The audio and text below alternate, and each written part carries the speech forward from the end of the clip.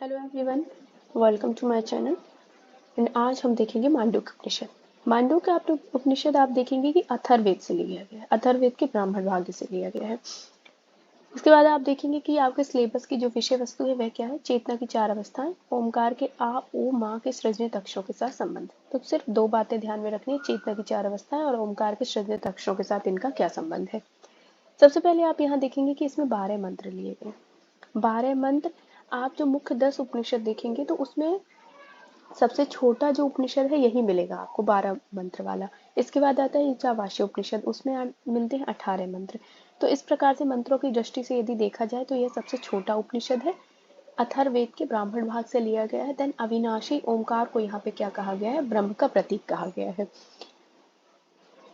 यहाँ पर हम देखेंगे सबसे पहले ओमकार की चार पाद देखेंगे। चतुष्पाद ब्रह्म भी कहा गया है। चार पाद अर्थात चार चरण या पैर, पाद बोल सकते हैं। वैश्वनर, वैश्वनर तेजस प्राग अद्वैत। वैश्वनर का तात्पर्य क्या है, विश्व व नर, विश्व व नर से लिया गया है। अग्नि भी इसे बोल सकते हैं, उष्णता और तेज ऊर्जा, ये सब इसके पर्यायवाची लिए गए हैं। तेजस, तेजस में आप देखेंगे कि ज्योति और प्रकाश का स्वामी भी इसे कहा गया है, दीप्ति। देन प्राग आप देखेंगे जो बुद्धिमान, ज्ञान सुषुप्ति और आनंद में। अद्वैत में आप देखेंगे कि जिसके समान दूसरा कोई नहीं है, शून्य है, एकात्म भाव है। तो सिर्फ आपको ये चार याद रखने हैं, चार पाद, वैश्वानर तेजस प्राग और अद्वैत। देन आप देखेंगे ओमकार। ओमकार क्या है, ओमकार एक वैश्विक ध्वनि है। कोई भी व्यक्ति चाहे वो किसी भी धर्म का हो, जब भी वो किसी शब्द का उच्चारण करता है तो आ ऊ माँ से ही करता है।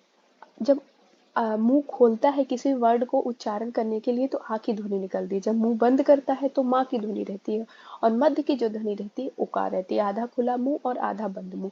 तो इस प्रकार से आप देखेंगे यह एक वैश्विक ध्वनि है, कोई भी इससे अछूता नहीं है, हर शब्द का कारणभूत ही आ ऊ माँ है। इसके बाद आता है अमात्र, जो कि मात्रा रहित है। जब वह तीनों से रहित हो जाती है तो वह मात्रा रहित अवस्था कहलाती है। आकार, उकार और मकार, देन अमात्र। तो ये चार क्या है, ओमकार की चार मात्राएं। देन यहाँ पे देखेंगे बहुत ही इंपॉर्टेंट जो वाक्य है, महत्वपूर्ण वाक्य जो कि आपको ध्यान रखना है, आयात्म ब्रह्म। यह किस उपनिषद से लिया गया है, ये सीधा सीधा यहाँ से प्रश्न पूछा जा सकता है कि आयात्म ब्रह्म किस उपनिषद में पूछा गया है, या किस उपनिषद में आयात्म ब्रह्म वाक्य का वर्णन मिलता है। तो आपको ध्यान में रखना है मांडुक्य उपनिषद में। इसका अर्थ क्या है, यह आत्मा ही ब्रह्म है। इस आत्मा को क्या कहा गया कि यह आत्मा ही ब्रह्म है। तो इसे ध्यान रखिएगा और इसे नोट करके रखिएगा, शायद प्रश्न आ भी चुका है इससे। देन हम नेक्स्ट देखेंगे ओमकार की चार अवस्था। चार अवस्था कौन कौन सी है, जागृत अवस्था, चेतना की अवस्था भी इसे कहते हैं। चेतना की चार अवस्थाएं, तो जागृत अवस्था, स्वप्न अवस्था, सुषुप्ति अवस्था, तुरीय अवस्था। जागृत अवस्था में व्यक्ति स्थूल भोक्ता में रहता है, जो जागा हुआ है, बाहर की चीजों पर जिसका ध्यान है। स्वप्न अवस्था जो रहता है सूक्ष्म भोक्ता, सूक्ष्म भोक्ता। अब यहाँ पे देखेंगे यह भी हमें याद रखना है कि बहिष्प्रज्ञ, जागृत अवस्था वाला बहिष्प्रज्ञ रहेगा, स्वप्न अवस्था वाला अंतःप्रज्ञ। देन आप देखेंगे सुषुप्ति अवस्था, सुषुप्ति अवस्था यहाँ पे ना अंतःप्रज्ञा होती है ना बहिष्प्रज्ञा होती है, अर्थात मध्य वाली जो स्थिति होती है वह होती है सुप्ति अवस्था। तो चेतोमुख इसीलिए यहाँ पे कहा गया है, कामना रहित स्वप्न अवस्था होती है, स्वप्न रहित अवस्था। देन यहाँ आप देखेंगे तुरीय अवस्था, तुरीय अवस्था अर्थात सर्व जिसमें आ जाता है।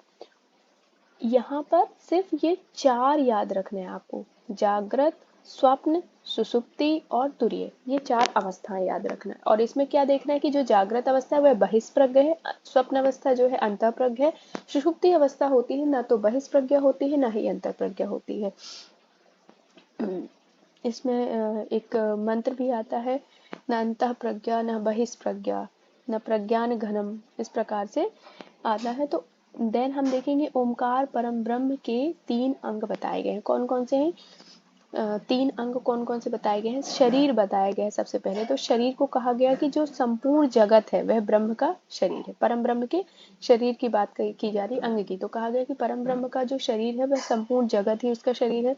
परम ब्रह्म के जो शरीर में जो अंग हैं जितने भी, तो वो 7 लोक से उसकी तुलना की गई है। भू, भुव, स्व, मह, जन, तप और सत्य। कहा गया कि ये जो 7 लोक है यही ब्रह्म के क्या है, अंग है। और कहा गया कि वह 19 मुख वाला है। 19 मुख मतलब 10 इंद्रिय, 5 प्राण और 4 अंतःकरण वाला है। नेक्स्ट आप देखेंगे यहाँ पे कंपैरिजन किया गया है। सिर्फ ये चार्ट भी आप याद रखते हैं तो आपको याद रहेगा। जैसे कि 4 मात्राएं बताई थी, अकार, उकार, मकार और अमात्र। देन 4 पाद हमने देखे थे, वैश्वानर, तेजस, प्राग और अद्वैत। देन हमने देखा था शरीर, 4 शरीर कौन कौन से, स्थूल भोक्ता, सूक्ष्म भोक्ता, कारण आनंद भोक्ता और आत्मा ओमकार।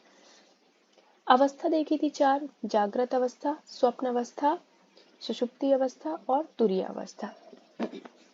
तो यहाँ आप देखेंगे कि ये एक दूसरे से कोरिलेटेड है। अब यहाँ पे वैश्वानर जैसे हमने देखा ही था कि वह बहिष्प्रज्ञ है, तेजस अंतः प्रज्ञा, प्राग जो है न अंतः प्रज्ञा न बहिष्प्रज्ञा, प्रज्ञान घनम, ये देखिए ये दिया है प्रज्ञान घनम। और यहाँ पर देखेंगे ये आत्मा और ओमकार, अद्वैत। ठीक है। देन आप देखेंगे एक दूसरे को रिलेट करते हैं कि जब भी मतलब बताया गया और इनके फल भी बताए गए हैं कि यदि आकार मान करके उस परमात्मा की जागृत अवस्था में आप उपासना करते हैं तो वह साधक जो होता है संपूर्ण भोगों कामनाओं को प्राप्त कर प्रधान या श्रेष्ठ बन जाता है। ठीक है, प्रधान बन जाता है या श्रेष्ठ बन जाता है। और ये 7 अंग 19 मुख परमात्मा के ही बताए गए हैं। कहा कि उस 7 अंग और 19 मुख वाले परमात्मा को जागृत अवस्था में मतलब स्थूल भोक्ता में जान करके, स्थूल की मतलब उसका शरीर है और उसको स्थूल रूप में जानते हुए यदि आप आकार मान करके उसकी उपासना करते हैं तो संपूर्ण भोगों और कामनाओं को प्राप्त कर जाता है और प्रधान बन जाता है। दूसरा आप देखेंगे कि यदि स्वप्न अवस्था में उस ब्रह्म की उकार मान करके अंतः प्रज्ञा सूक्ष्म मान करके उसको सूक्ष्म मान करके यदि उसकी उपासना की जाती है तो क्या होता है, ज्ञान परंपरा ब्रह्मविद कुल को उन्नत उत्कर्ष का समान भाव वाला हो जाता है। मतलब जैसे जो पुराने ऋषि मुनि जितने भी लोग थे जो ज्ञान परंपरा को आगे बढ़ा रहे हैं, ये वो कुल जो चला आ रहा है उस कुल के समान रूप हो जाते हैं, ब्रह्मविद कुल के, कि जो ब्रह्म की उपासना करने वाले जो लोग थे वे ब्रह्मविद कुल में आएंगे। जिन्होंने ब्रह्म को जाना है, जिन्होंने आत्मा को जाना है को तो उनके समान वाला हो जाएगा। नेक्स्ट आप देखेंगे कि मकार में कहा गया कि सुसुप्ति अवस्था में जब स्वप्न रहित न मतलब अंतः प्रज्ञा हो न बहिष्प्रज्ञा हो, दोनों की जो मध्य की अवस्था होगी, तो उस मकार अवस्था में जब उस ब्रह्म की उपासना करेंगे तो कहा कि संपूर्ण जगत का यथार्थ जान लेंगे और सबको अपने में विलीन कर लेंगे। मतलब इस संपूर्ण जगत का यथार्थ समझ में आ जाता है, जैसे कहते हैं ब्रह्म सत्यम जगत मिथ्या, ये यहाँ पर समझ में आने लगता है और सबको अपने में विलीन करने लगते हैं। चेतोमुख हो जाता है, चेतना प्रकाश युक्त हो जाती है। देन आप देखेंगे अमार्त में आप देखेंगे तुरीय अवस्था, मतलब मात्रा रहित। यहाँ पे ना तो बीच की अवस्था, ना बाहर की अवस्था, ना अंदर की अवस्था, कोई भी यहाँ पर अवस्था नहीं बनती। अर्थात अद्वैत शिव का ही भान होता है, अद्वैत शिव होता है। आत्मा मतलब ना तो यहाँ सूक्ष्म शरीर होता है, ना स्थूल शरीर होता है, ना कारण शरीर होता है। यहाँ पे सिर्फ क्या होता है, आत्मा को मानते हैं, बिंदु स्वरूप आत्मा को मानते हैं, ओमकार को, क्योंकि यहाँ पे ब्रह्म के तुल्य माना गया, सिर्फ उस ब्रह्म को स्मरण करते हैं। तो तुरीय अवस्था में जब उसकी उपासना करते हैं तो आत्मज्ञानी हो जाता है साधक, परमात्मा में स्वयं को विलीन कर लेता है, निर्विकल्प अवस्था आ जाती है। तो यह चार्ट आपको अच्छे से याद रखना है और इनका को रिलेशन भी याद रखना है। प्रश्न इसी प्रकार से पूछा जाएगा कि आकार में क्या आएंगे, तो इसमें इस प्रकार आप देखेंगे, और उकार में, मकार में, देन अमात्र में, और इनसे फल क्या प्राप्त होगा इसे भी ध्यान रखना है। देन आप देखेंगे कि जो मुख है, ब्रह्म का जो मुख है वह क्या है, चेतना है। ब्रह्म का जो भोजन है वह है आनंद। अब यहाँ पे परमात्मा के स्वरूप का भी वर्णन किया गया है कि वह आत्मा जो ओम ब्रह्म है उसका स्वरूप क्या है, तो कहा गया कि सर्वेश्वर शिवम सर्वज्ञ अचिंतम अद्वैतम अदृष्टम। ये हमने पहले भी पढ़ लिए हैं बाकी उपनिषद में भी, तो मैं इन्हें संक्षेप में ही सिर्फ इनके नाम बताऊंगी। देन आप देखेंगे प्रभाव अवयव, प्रभव और अवयव।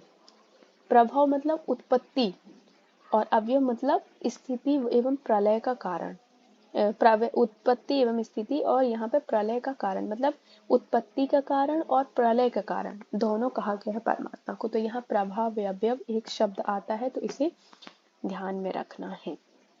Thank you so much. यहाँ पे आपका मांडुक्य उपनिषद कंप्लीट होता है। कोई भी प्रश्न हो तो कमेंट सेक्शन में पूछें।